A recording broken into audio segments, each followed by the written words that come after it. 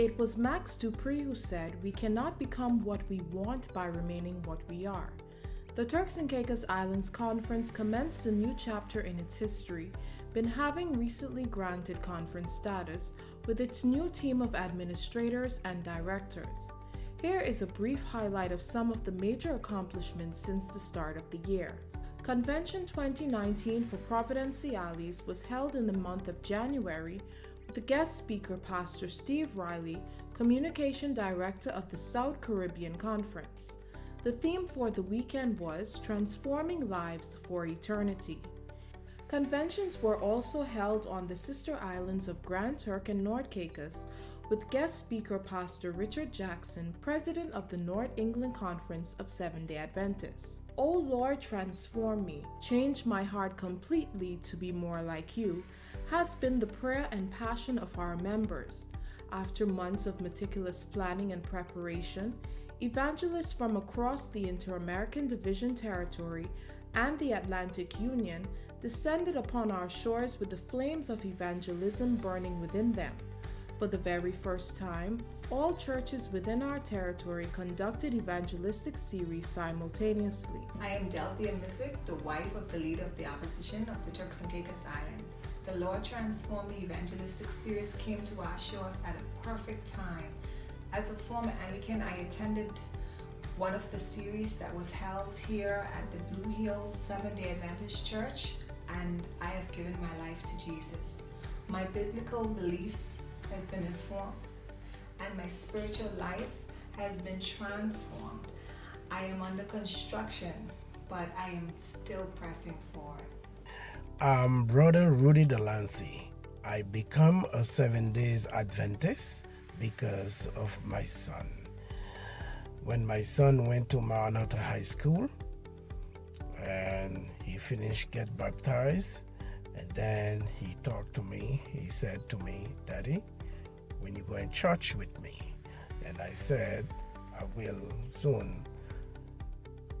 However, all my life I spent it in the Catholic Church, and I decided to get a Bible study, and I get through and become a 7 Days Adventist, and I baptized on the 11th of May 2019. We are grateful to God that to date our conference has baptized over 170 precious souls.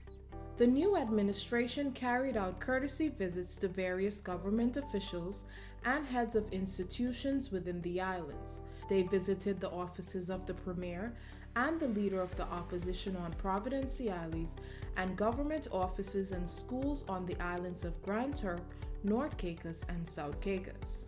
Maranatha Academy, our premier institution, continues to grow and expand.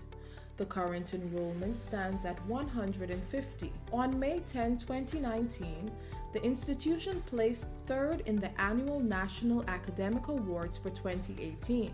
The Academy was one of the many sites on the LTM Evangelistic Series with speaker Marlene Alvarez. To date, a total of 13 precious souls have been won for the Master. The Global Youth Day impacted the communities throughout the TCI, with the youth distributing food and hygiene kits.